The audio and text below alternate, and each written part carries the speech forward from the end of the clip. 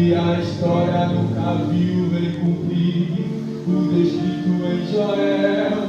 Aviva-nos a terra clama.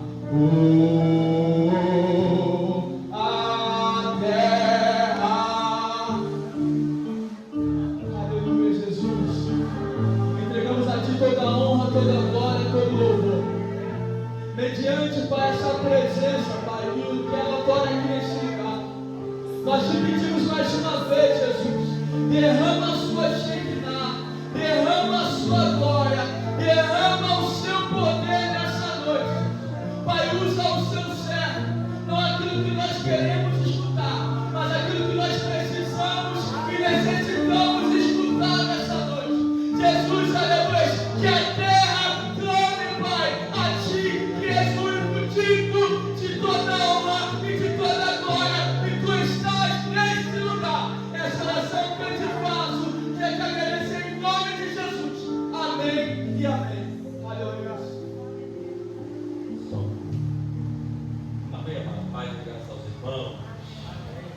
Amém. Eles estão animados com Jesus. Amém. Deus é bom o tempo todo. Amém. Eu quero externar a gratidão de estar retornando nessa casa. É um prazer enorme estar voltando para adorar a Deus com os nossos irmãos. Quero fazer menção nessa casa e agradecer ao pastor dessa casa, juntamente com os demais irmãos, onde eles também nos têm um convite, um grande amigo. Que Deus continue abençoando as nossas vidas aqui neste lugar. Amém? Deus já tem falado com você aqui neste lugar. Abra sua Bíblia, por gentileza, lá no Evangelho escrito por Mateus, capítulo de número 28. Nosso pastor já deu uma pincelada, então nos facilitou na pregação. Deus continue abençoando. Evangelho escrito por Mateus, segundo, capítulo 28, a partir do verso de número 16. Quero tratar com vocês algumas coisas. Você que achou, diga amém. Não achou, só olha para cá no telão. Dependendo se tiver título a sua, vai estar: Jesus aparece aos seus discípulos na Galileia. Verso 16. E os 11 discípulos partiram para a Galileia, para o monte que Jesus lhes tinha designado. E quando ouviram, o adoraram, mas alguns duvidaram. Chegando-se, Jesus falou-lhes, dizendo: é-lhe dado todo o poder no céu e na terra. Verso de número 19. Portanto, ide, ensinai todas as nações, batizando-os em nome do Pai, do Filho e do Espírito Santo. Verso 20. Ensinando-as a guardar todas as coisas que eu vos tenho mandado. E eis que estou convosco todos os dias, até a consumação dos séculos. Amém. Você pode se assentar ainda no nome de Jesus?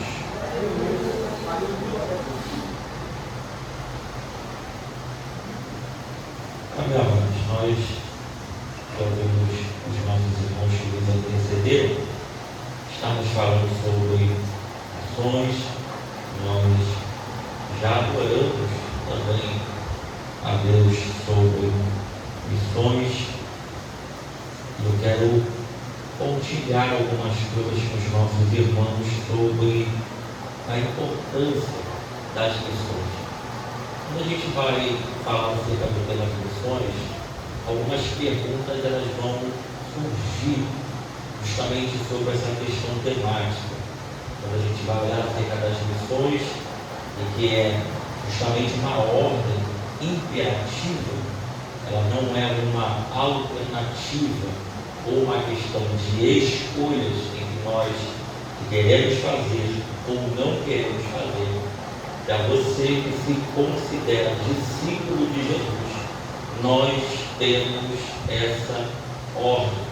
Quando a gente ler aqui o texto que nós acabamos de mencionar, Mateus capítulo 28, verso 16 ao verso 20, a gente vai ver justamente sobre essas instruções finais, a qual Jesus vai direcionar aos seus discípulos, para que justamente dê continuidade àquilo que durante a sua trajetória de vida terrena ele mostrou, ele ensinou, ele profetizou, pregou, ele salvou, também libertou.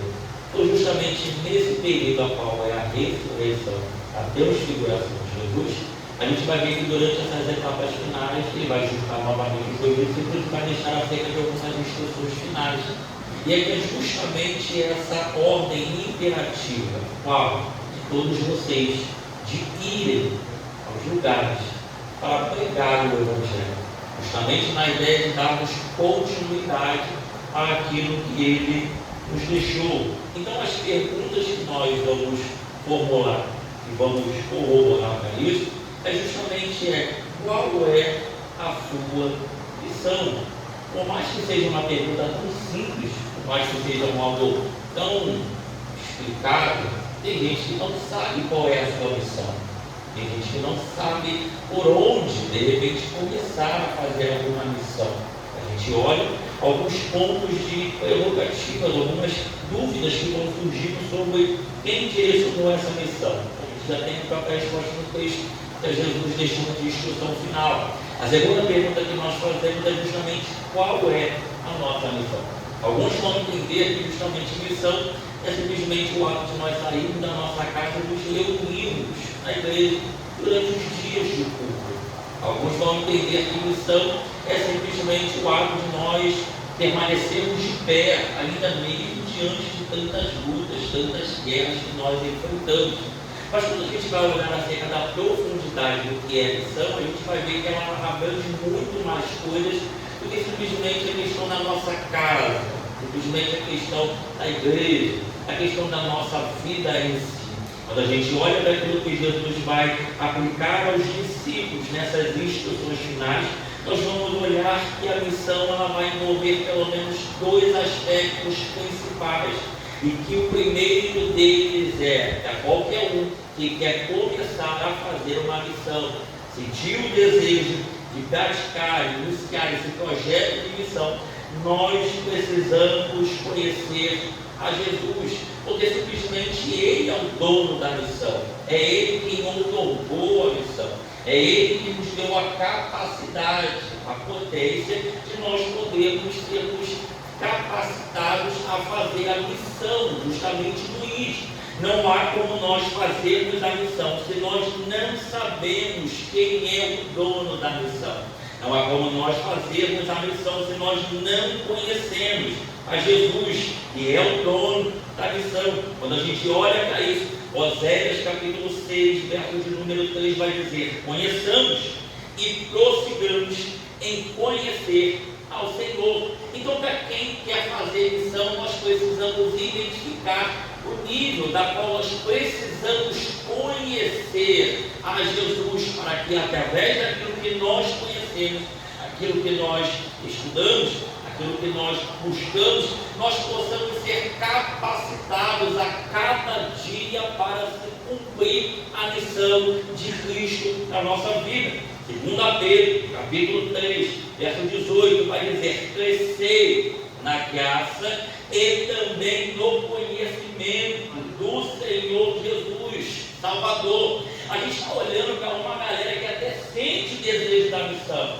porque não é simplesmente a questão de nós falarmos. Não, eu falava do nosso irmão que doutor, nós somos alguém que precisamos conhecê-lo, colocá-lo em prática para depois experimentá-lo e justamente nós espalharmos aquilo que nós vivemos, aquilo que nós carregamos, aquilo que nós sentimos. O problema que a gente vai olhar nos dias atuais é que a gente acha que simplesmente um coração que abre pode estar apto a estar falando das missões, só que esquece que toda missão vai envolver as suas dificuldades. Qual é a realidade? É que quanto mais eu aprendo, mais o meu coração arde a praticar as missões, E por mais que eu enfrente as dificuldades, o meu coração continua queimando em entender, conhecer, praticar e o melhor, espalhar. Porque alguém que me resgatou um dia e hoje nós estamos fazendo a mesma coisa, falando da sua palavra e resgatando também as almas perdidas. Então nós temos alguém que precisamos entender dentro da missão o seu primeiro objetivo, conhecer a Jesus para que possamos falar de Jesus, compreender, conhecer a sua doutrina, entender os seus ensinamentos, para que enfim nós possamos prosseguir e sermos bem-sucedidos na missão a qual Jesus nos concedeu. Segundo, o primeiro é conhecer Jesus, o segundo é fazê-lo conhecido a todos. Eu preciso pregar, eu preciso louvar a Deus, eu preciso com a minha vida como um instrumento de louvor e adoração. Então isso aqui não se resume somente a estar dentro da igreja, mas dentro da sua casa você também é uma ferramenta de louvor e adoração a Deus. Na escola que você também estuda, você é uma ferramenta. Na tua rua, você também é uma ferramenta. Não é simplesmente esse ambiente a qual nós nos reunimos, mas simplesmente eu entender que o objetivo da missão, se no primeiro ponto é conhecer a Jesus, o segundo agora é justamente fazê-lo conhecido, aonde eu tenho campo da oportunidade de pregar ao nome dele, adorar ao nome dele, e com a minha vida nós consagrarmos ao nome do Senhor. 1 Timóteo, capítulo 1, versículo 15, vai dizer: Cristo veio ao mundo para salvar os pecadores, do qual Paulo está dizendo: eu sou o pior deles. Paulo é alguém que está dizendo: aqui estão os piores pecadores, mas Cristo resolveu me resgatar. Então entenda, como assim? Não está mostrando de uma forma tão clara. Bom, não existe ninguém que o Evangelho não possa alcançar e transformar. Se Deus quiser nessa noite, Deus alcança aquilo que a gente já perdeu a expectativa. Se Deus quiser nessa noite, Ele alcança alguém que a gente já acha que Deus não pode mais salvar. Mas o Espírito Santo que agiu através da vida de Paulo e transformou um dos maiores pregadores do Evangelho, do Novo Testamento, o Espírito Santo não mudou, igreja, não. Eu vou dizer de novo: o Espírito Santo não mudou. Eu vou dizer de novo: o Espírito Santo não mudou. Ele continua o mesmo. Ele transforma no poder da sua graça.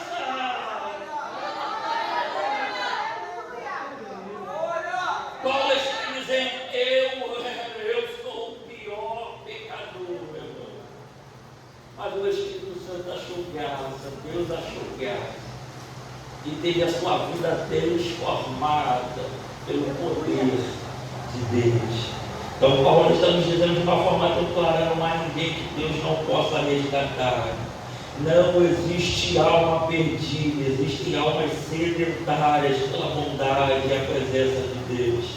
O texto de Romanos capítulo 12, verso 11 vai dizer: o amor que demonstramos a Deus, a sua palavra e as almas. O que o texto está tratando com a gente? Nunca falte a vocês o zelo fervoroso no Espírito Santo. Sirvam ao Senhor. Paulo está dizendo algo muito interessante para a gente, qual é que nunca pode faltar em nós o fervor de nós continuarmos pregando a palavra, dentro de tempo e fora de tempo. A gente precisa entender e aprender que o Espírito Santo precisa continuar agindo de forma fervorosa em nós. A gente está tratando de uma geração que alguns, não estamos aqui generalizando, mas a gente está tratando com a presença de algumas pessoas, ou alguns irmãos que infelizmente perderam esse prazer de pregar a palavra, de falar do amor de Deus. A gente está olhando para um Paulo que está incentivando que nunca falte a vocês motivação para continuar falando do Rei. Nunca falte sobre vós o fervor do Espírito Santo.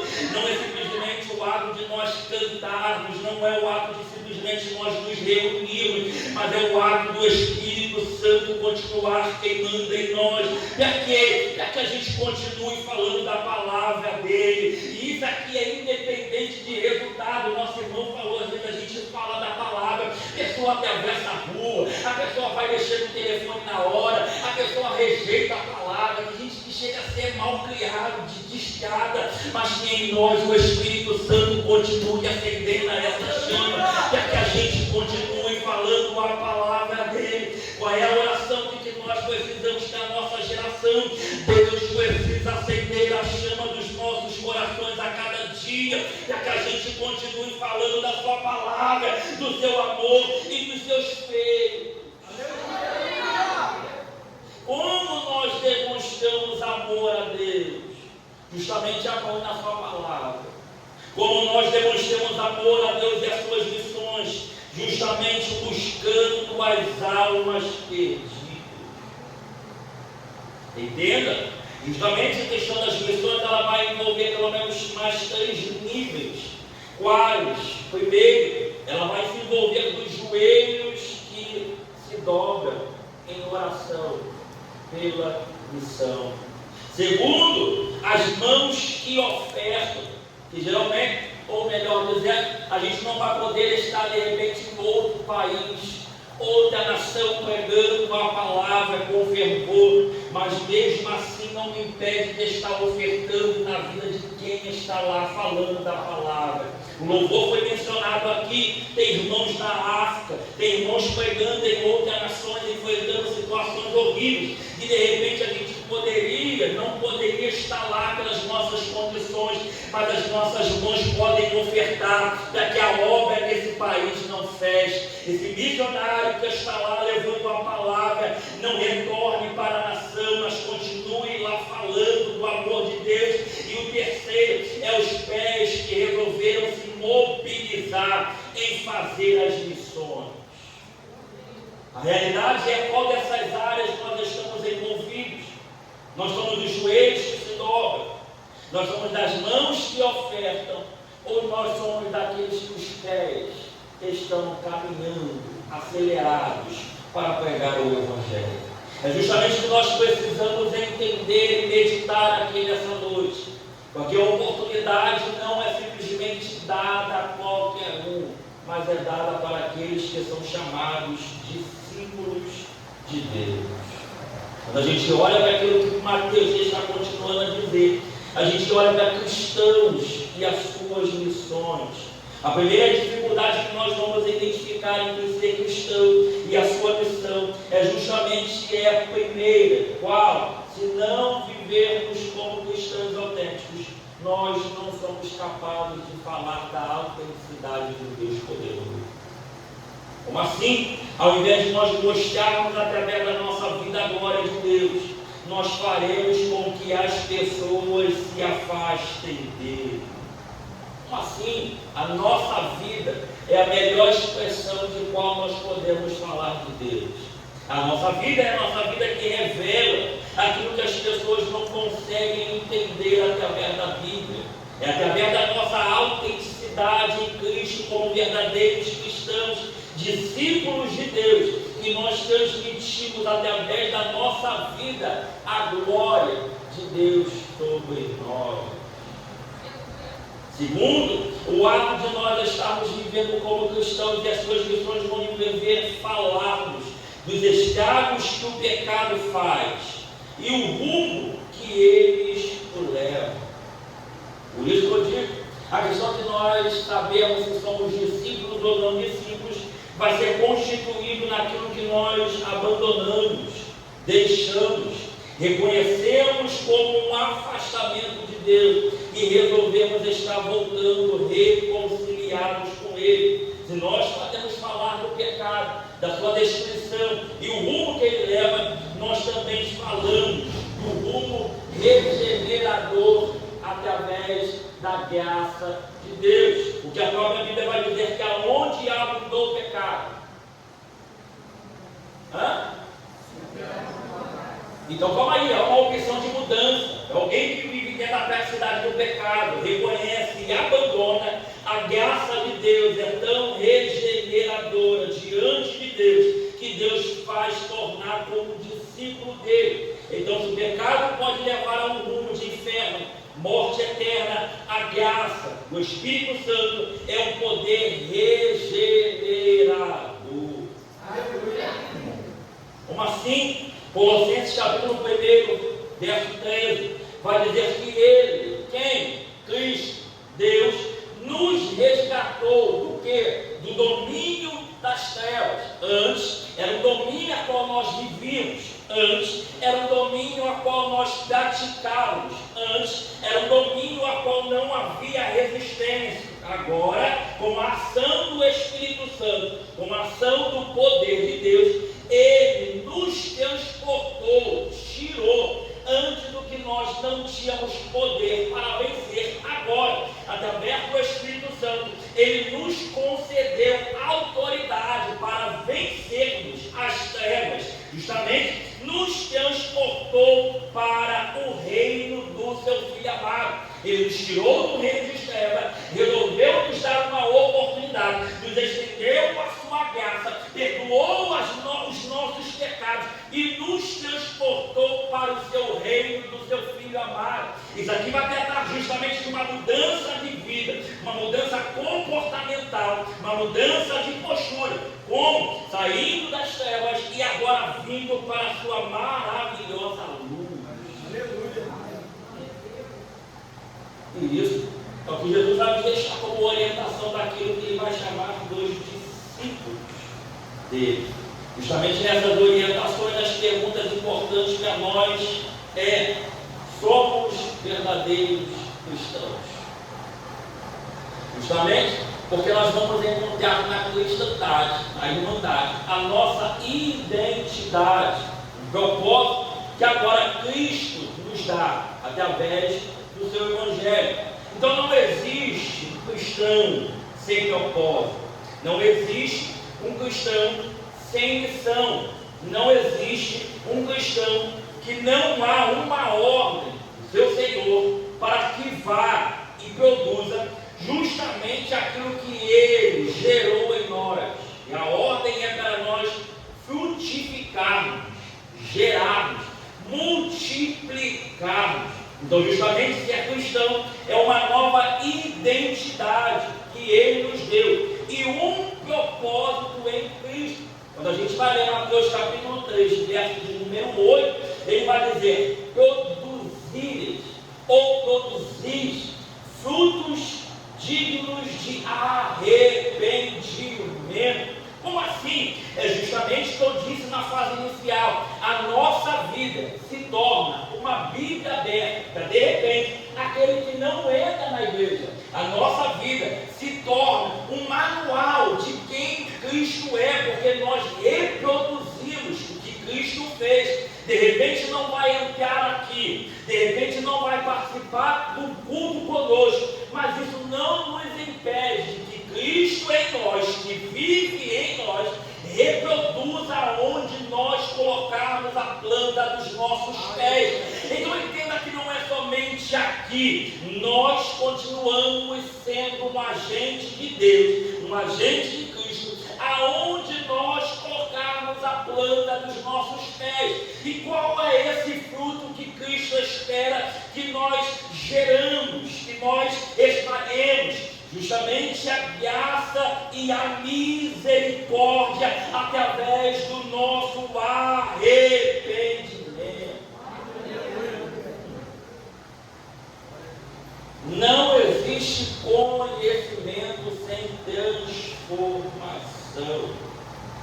Quando a gente olha para esse ponto, a gente vai ver uma dificuldade, principalmente nos nossos dias, porque a gente vai ver pessoas dotadas de conhecimento, porém sem transformação. A gente vai olhar pessoas que são doutoras de conhecimento bíblico, tem conhecimento aí de ponta a ponta, de versículos, capítulos, nomes, história, cenário, reis, mas justamente são conhecimentos vãos, sem transformação. Como assim? É alguém que pode estar perto de Cristo, é alguém que pode estar envolvido com a obra de Cristo, É alguém que pode estar dentro das atividades da igreja, porém, é alguém que não se permitiu ser moldado, modelado.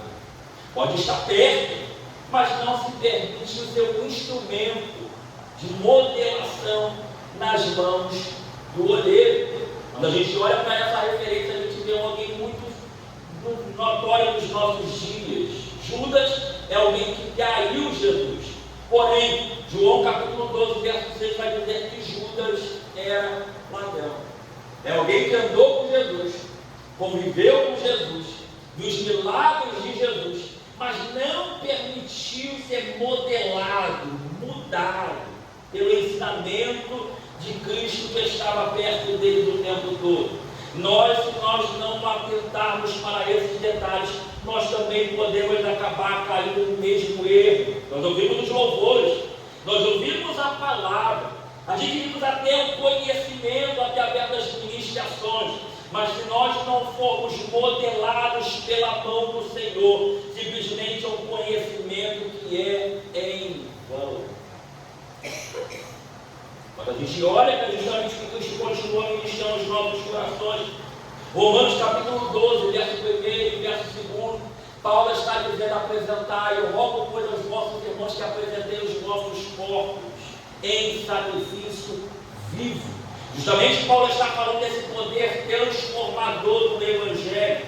Não é algo que simplesmente é falado, não é algo que simplesmente é entoado, cantado, mas é de alguém que se permitiu ser modelado por aquilo que Deus quer trabalhar e fazer na vida dele, para que, enfim, quando alcançar aquilo que fez na vida dele, ele ou ela também possa ser usado como uma ferramenta modeladora na vida daqueles que nos servem.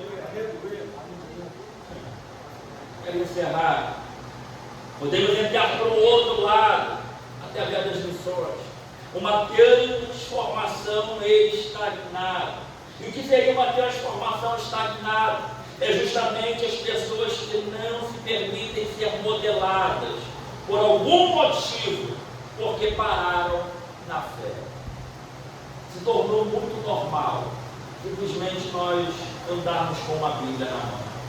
Se tornou muito normal e de uma forma passiva nós dizermos que somos cristãos. Hoje até o ímpio diz que é crente. Hoje se tornou mais uma moda dizermos que somos cristãos. Alguém de repente no nosso caminho parou de pregar, de falar, por causa de críticas, mentiras, decepções. Mas eu quero deixar a meditação nossa Provérbios 4, capítulo número 18, que vai dizer: as veredas do justo resplandecem como a luz. Quanto mais vivem, mais produzem luz, ou mais brilham, dependendo da versão. De repente você é alguém que está aqui em nosso meio e está desanimado de continuar pregando a palavra. De repente você é alguém que está em nosso meio que até entende o que é a missão, o ato de orar, o ato de ajudar financeiramente, ou o ato de ser um dos que continuam a espalhar o Evangelho. Mas você também pode ser alguém que resolveu parar, fraquejou na fé, desanimou. Só que a Bíblia nos orienta que quanto mais nós pregarmos, mais o desejo de pregar precisa resplandecer na nossa alma. Quanto mais nós procuramos ser luz diante de Deus, diante dos homens, mais precisa ser a intensidade da luz que há em nós agora com uma transformação de vida. Quero encerrar aqui. Podemos ser os conhecedores das maiores verdades bíblicas e nós não sermos discípulos.